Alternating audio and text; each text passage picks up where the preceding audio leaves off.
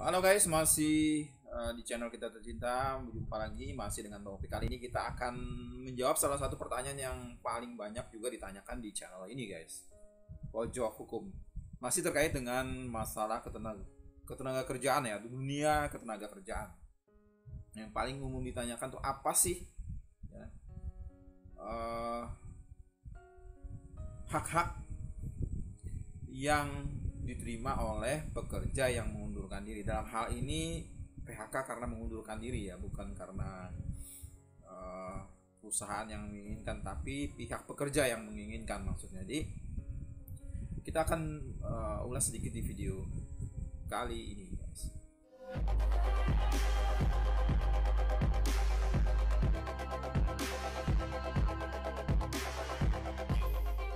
Pekerja atau buruh yang mengundurkan diri atau berhenti bekerja itu berhak mendapatkan uang pisah ya. Kemudian penggantian hak. Jadi dua ini yang bisa diterima yang menjadi hak dari pekerja yang mengundurkan diri. Ini sesuai dengan peraturan pemerintah nomor 35 tahun 2001 tentang perjanjian kerja waktu tertentu, alih daya, waktu kerja dan waktu istirahat dan pemutusan hubungan kerja. Jadi PP 35 tahun 2021 sudah mengatur dan menyebutkan tentang hal ini. Oke, lebih detail lagi, setiap buruh atau pekerja ya yang mengundurkan diri dari tempat bekerjanya tadi, perusahaan atau apapun itu berhak untuk mendapatkan uang pisah dan uang penggantian hak. Jadi pekerja atau buruh, siapa saja mereka adalah orang-orang yang tentu saja bekerja kemudian menerima upah atau imbalan dalam bentuk lain ya selain dari pekerjaannya itu. Ini setiap orang yang menerima upah kemudian menerima imbalan itulah pekerja. Terus apa sih uang pisah itu dan uang penggantian hak atau kita sebut dengan UPH ya. Jadi guys, uang pisah itu adalah uang yang diberikan perusahaan dengan besaran yang berbeda-beda sesuai yang sudah diatur oleh perusahaan itu sendiri ya. Bisa dalam perjanjian kerja atau APK, kemudian bisa di peraturan perusahaan atau PP, kemudian bisa di perjanjian kerja bersama atau PKB. Itu biasanya sudah dituangkan. Makanya biasanya sebelum kita bekerja kita baca dulu klausa-klausanya itu apa, jangan asal maksudnya gitu.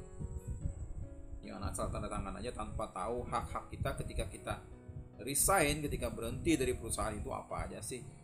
Jadi dia tidak perlu bertanya lagi nantinya. Kemudian komponen dari uang penggantian hak apa aja? Selain uang pisah ada uang penggantian hak yang menjadi hak pekerja yang mengundurkan diri. Yang pertama adalah cuti tahunan yang belum diambil dan belum gugur. Jadi misalnya kita punya sisa cuti tahunan mungkin kan yang mungkin ada 6 hari atau berapa, itu bisa diuangkan maksudnya. Kemudian biaya atau ongkos pulang bagi pekerja yang dan keluarganya ya, bagi pekerja yang mungkin bekerja di tempat lain jauh dari tempat rekrutmen pertamanya. Misalnya saya bekerja di Palangkaraya tapi saya direkrut dari Jawa misalnya. Jadi ongkos atau biaya pulang itu dikompensasi oleh perusahaan. Kemudian hal-hal lain yang ditetapkan dalam perjanjian kerja, peraturan perusahaan atau perjanjian kerja bersama guys. Jadi mungkin ada kesepakatan lain dari uang pisah tadi, kemudian dari uang penggantian hak tadi, ada kesepakatan lain antara pihak perusahaan dengan pekerja di awal. Apa yang dituangkan dalam klausa-klausa perjanjian sebelum bekerja itu harus dipenuhi, itu harus dikeluarkan sebelum kemudian pekerja itu betul-betul resign atau mengundurkan diri. Terkait dengan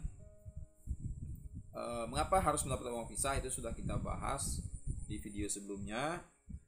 Kemudian penyebab-penyebab lain selain resign apa saja sudah kita bahas. Silahkan search video-video Bang Upik ya di channel ini juga, di bagian konten-konten itu kan ada sudah dijelaskan dan dibuat. Kita akan bahas lagi nanti